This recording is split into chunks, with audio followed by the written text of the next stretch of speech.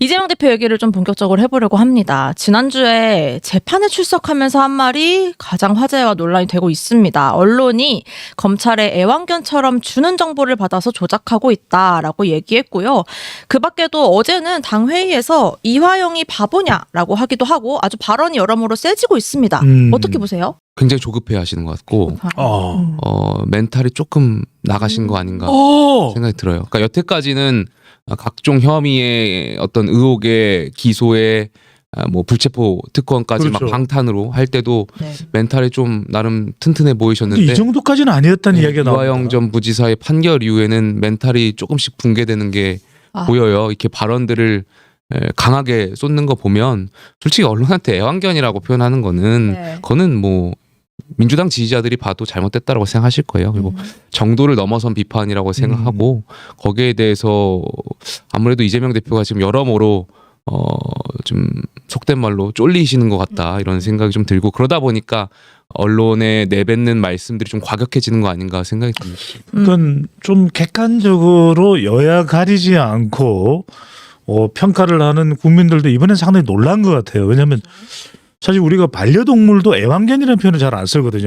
이제 좀 반려동물이라는 표현을 쓰는데, 근데 이것에 대해서 사실은 가방위원장입니다. 가방위원장은 아니 맞는 말 아니냐 이런 어떤 의미로 해석을 하고. 최민희 의원이요? 예, 노정면 의원도 YTN 노조위원장 출신인가요? 네. 그런데도 불구하고 뭐 그거는 기자들이 그럼 잘해야 될 것 아니냐라는 그런 또 취지고. 저는 제일 깜짝 놀란 게 양문석 의원이 민주당 쪽에서도 저도 그런 이야기를 들었어요. 언제쯤 등장하나 조마조마했는데 기레기다. 똥오줌 못 가린다. 이거 어떻게 봐야 됩니까? 발언이 더 이렇게 붙어지는 것 같아요. 예. 대표 발언에. 뭐 여당으로서는 전략적으로 나쁘지 않다라고 보고 있는데요.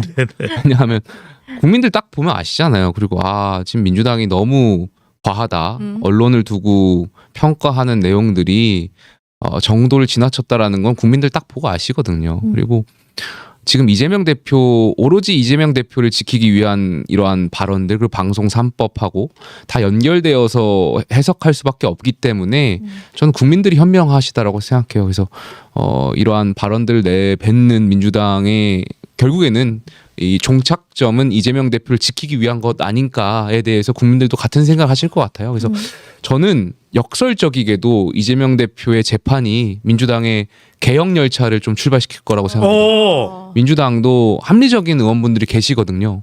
저희가 또 민주당에 저랑도 소통하시는 많은 합리적인 의원분들 계신데 그분들이 이렇게 속마음을 저랑 얘기할 때는 이재명 대표에 대해서 비판도 많이 하세요. 근데 다만 지금은 이게 정치이고 또 민주당의 이런 극성 지지층들 당원분들에 대한 눈치를 또 안 볼 수가 없는 것 같더라고요. 그분들 입장에서는. 그러다 보니까 이러한 것을 표출하지 못하고 좀 지켜만 보고 계신 것 같은데 이 언론을 향해서 애완견이다 이러한 강한 발언들을 내쏟는 그런 극성 강성 의원들만 있는 것이 아니고 이 발언들을 지켜보다가 언젠가는 비판을 시작할 그 무리들의 의원들이 또 계십니다. 그래서 이재명 대표가 이렇게 강대강으로 계속 가면 갈수록 민주당도 이러한 개혁의 열차가 출발하지 않을까. 혹시 그분이 김영진 고민정 의원인가요?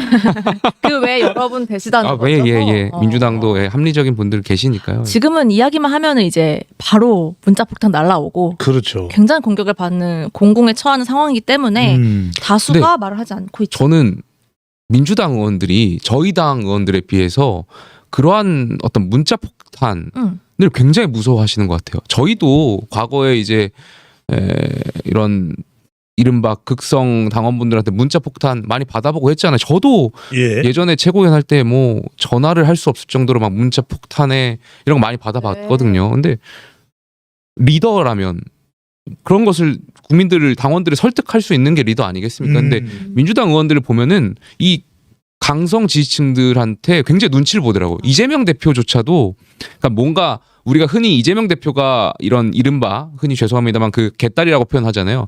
이분들을 뭐 조종하고 선동하는 것처럼 느껴지지만 이재명 대표조차도 개딸들을 눈치 보고 계신 것 같아요. 저는 제가 느끼기에 최근에 국회의장 뭐 추미애 우원식 관련해서 이게 뭐 우원식 의장을 선출하면서 여러 막 비난과 비판들이 있었잖아요.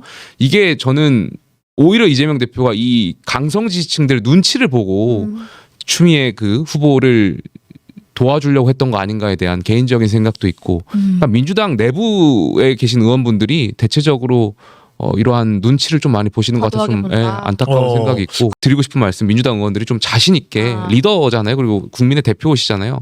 좀 당원분들을 설득하고 하는 것이 또 역할인 것 같아요. 그런 좀 해주셨으면 좋겠어요. 눈치 보기의 일환으로 어쨌든 이번에 국회의장 후보 선출에 있어서도 당원의 인식을 반영하는 그 룰 개정을 하기도 했고요. 또 이재명 대표의 맞춤형이라고 지적받는 내용으로 민주당 내에서는 또 당원 당규 개정을 해서 그렇죠. 당원 민주주의의 실현을 더 이제 강화하고 이재명 대표의 연임과 대권 가도를 더 원활하게 만들고 있단 말이죠. 이재명 당대표 체제가 앞으로 2년 더 펼쳐지고 이 개딸들 소위 개딸들이 여기에 함께 이제 가세할 경우 여당에는 소위 뭐 땡큐인 상황인 건가요? 이렇게 되면? 뭐 전략적으로 나쁘지 않다고 생각합니다. 아까도 말씀드렸지만 이재명 대표의 일극 체제가 벌어진다면 지금 이제 양당이 전당대회를 앞두고 있는 거 아니겠습니까? 근데 딱 봐도 그림이 지금 국민의힘은 당권 주자들이 여러 명이 하마평에 오르고 있고요. 민주당 같은 경우는 이재명 대표를 연임할 거냐 말 거냐 이 말도 안 되는 상황을 놓고 지금 당원 당규 개정 절차까지 밟고 있고 또 심지어 이쯤 되면은 이재명 대표에 맞서는 누군가 나와서 이렇게 또 대적하는 모습도 보이고 또 비판하고 개혁 경쟁을 하는 모습들이 보여야 되는데 오로지 지금 이재명 대표가 연임할 거냐 말 거냐를 두고만 지금 해석이 나오는 것 자체가 양당을 비교했을 때 민주당이 좀 이런 것에 있어서는 폐쇄적이고 좀 죽은 정당 아닌가 이런 생각이 있고요. 오히려 박용진, 임종석 정도는 목소리를 내야 된다는 말도 지금 나옵니다. 시점에서는 이제 목소리 내시고 개혁 경쟁을 하셔야죠. 근데 그에 비해서 국민의힘이 오히려 당권 주자들이 많은 것이 조금 더 이제 국민들께서 전당대회 양당 과정들 지켜보실 텐데 저는 국민의힘이 좀 더 이렇게 국민들께 좋은 점수를 받지 않을까 이런 생각이 있습니다. 그러면은 지금 이 대표의 이런 발언들, 이재명 대표 이런 발언들은 조국 대표 편을 빌자면 이 대표 쫄았제 위험하다 이런 반응이라고 봐야 됩니까? 쫄았다. 네, 좀 당황스럽고요. 아, 네. 처음 경험하시나요? 아닙니다, 아닙니다. 소장님하고 뭐 방송할 좀 네. 좀 봐요. 알겠습니다. 많이 나와. 고정 코너입니다. 네, 어쨌든 이재명 대표가 또 여러모로 좀 수세에 몰리고 있는 거 아니냐. 그런데 반로로 이제 과한 언행들이 나오고 있는 거 아니냐 이런 평가들이 많은 것 같고요. 최근에 평가도 나와요. 추가로 말씀드리면 이화영 전 부지사의 판결이 그동안 이재명 대표가 도지사 그리고 성남시장 시절에 굉장히 치밀하고 똑똑하게 설계했던 여러 가지의 혐의들을 이번 재판부가 제대로 짚었다라고 생각합니다. 그러니까 계속 이런 설계들을 법리를 피해 나갈 정도로 굉장히 교묘하게 설계했던 것 같은데 이번 재판부는 이재명 당시 경기도지사의 그러한 치밀한 행태까지 연결해서 좀 판단한 거 아닌가. 그래서 허점을 좀 찔리신 것 같아요. 네.